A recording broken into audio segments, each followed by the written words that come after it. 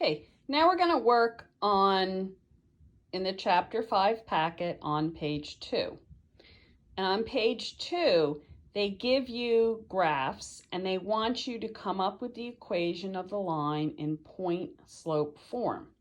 So to do that, you have to identify the point and the slope. Now, identifying the point is pretty easy. Now, when you did slope-intercept form, you had no choice. You had to identify the y-intercept. Now, we can identify any point we want. If we look at the first example, I'm going to identify this point. So what is that point? Well, that point is 4, 2. And how would I figure out the slope? Well, to figure out the slope, I'll start here. I rise 1 and I run 1, 2, 3, 4. So I know my slope would be rise 1, run 4. So if I look over here, if I identify the slope, I'm going to put 1/4. If I identify x sub 1, y sub 1, it's 4, 2. So now I have the slope, I have the point, I just have to substitute it into the point-slope form. So I label this x sub 1, y sub 1. Now I just substitute. Y minus, y sub 1 is 2, equals the slope 1/4 times x minus x sub 1, x minus 4. So my equation is y minus 2 equals 1/4 times x minus 4. So now you can try the next one on your own and stop the video and just see if you're right, or we can do it together, whichever you're more comfortable with. So again, they give me a graph. The first thing I'm going to do in this graph is pick a point. Now in this case, I have 2 different points I can pick, but I'm going to pick this one. Okay, and this point happens to be 1, 2, 3, 4, 1, 2, 3, 4. So this point is 4, 4. And my slope is up 1, 2, 3, 4, 5 over 1, 2, 3, 4. So my slope is 5/4, and my point is 4, 4. I label this x sub 1, y sub 1, and this becomes y minus 4 equals 5/4 times x, x minus 4. Now, that is the correct equation, but what would happen if we had chosen this point, which I'm allowed to do? So let's suppose I choose this point, which is 0, -1. That becomes my x sub 1, y sub 1.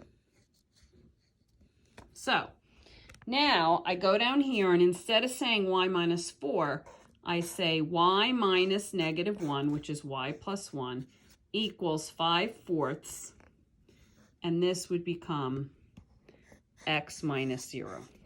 So when you have more than one point, you can have more than one point slope form.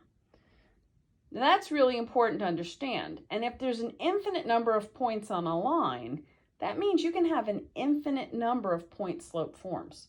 So a big advantage of point slope form is it was really easy to write the equation. A big disadvantage is you can have an infinite number of equations for one line, okay? Now, the next thing we're going to do, the second part, is once you are given, if you look down the middle of the page, they want you, given an equation, they want you to identify the point and the slope, okay? So we're going to do something first. We're going to veer off the notes a little bit, and I just want you to look at the video. Okay, so we're going to practice just from these equations identifying the point. Now, let me show you common mistakes. Here's an equation. I want you to pull out the point and the slope. Now, what some people might do, the slope obviously is 2. Nobody makes a mistake with that. But some of you will think really quickly and you'll say, oh, I know, the point is 1, -3. Now that's wrong. Let's think about why the point's not 1 comma negative 3. Well, 1 is not the x value. 1 goes with the y, and the negative 3 goes with the x. So then you say, okay, so the point's negative 3 comma 1. And that's still wrong. And let's think about why that's still wrong. It's because the formula says you do the opposite of the x value. So if it's x minus 3, that means x was 3. And if it's positive 1, that means it was y minus negative 1. So this actual point is 3, negative 1, and those were wrong. Okay? So what you have to remember to do is first you switch the x, you don't just do 1, negative 3. You switch them. You do negative 3, 1, and then you have to change the signs so it's 3, negative 1. So try to do the next one. What is the point with y minus 2 equals 3 times x plus 4? And the answer is negative 4, positive 2, right? You do this first, and then this, but you change the signs. So negative 4 comma positive 2. Okay? Here, we do opposite of negative 7 is 7. Opposite of 5 is negative 5. So this is 7, negative 5. Okay, and the last one, opposite of this, so negative 6, positive 8. So this becomes negative 6, positive 8. Okay, so you might want to stop this video and do that again, because this is the most confusing part. Don't just put negative 8, 6, because that's what you see first. Then don't say, oh yeah, you have to switch x and y. Don't just do 6, negative 8, because that's wrong too. You have to change the order and change the sign.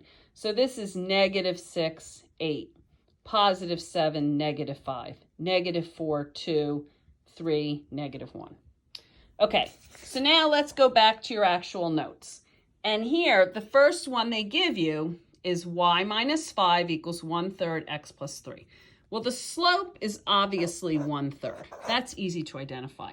Now remember, we do the opposite of what we see with x, so negative 3, and the opposite of what we see with y, positive 5. Okay, so this point is negative 3, 5. So I go to graph it, I go to negative 1, 2, 3, and up 1, 2, 3, 4, 5. I graph that point, negative 3, 5. Then I rise 1 and run 3, or I go down 1 and over 3, and that's how I graph it. Okay, so if you think you're good, stop the video and do this next one on your own. And if you'd rather just do it with me, just do it with me. Now this is a little trickier because the slope is just a negative sign. So have we ever just said the slope is just a negative? No, it has to be a negative something. What's the only number that can disappear? It's a 1. So this slope is negative 1. Now, we do the opposite of what we see with x, which is 4. The opposite of what we see with y, which is negative 2. So now I graph 1, 2, 3, 4, down 2. 4, negative 2 is my point. I go down 1 over 1, down 1 over 1, or up 1 over 1, up 1 over 1. And my line, well, let's continue here, would be that.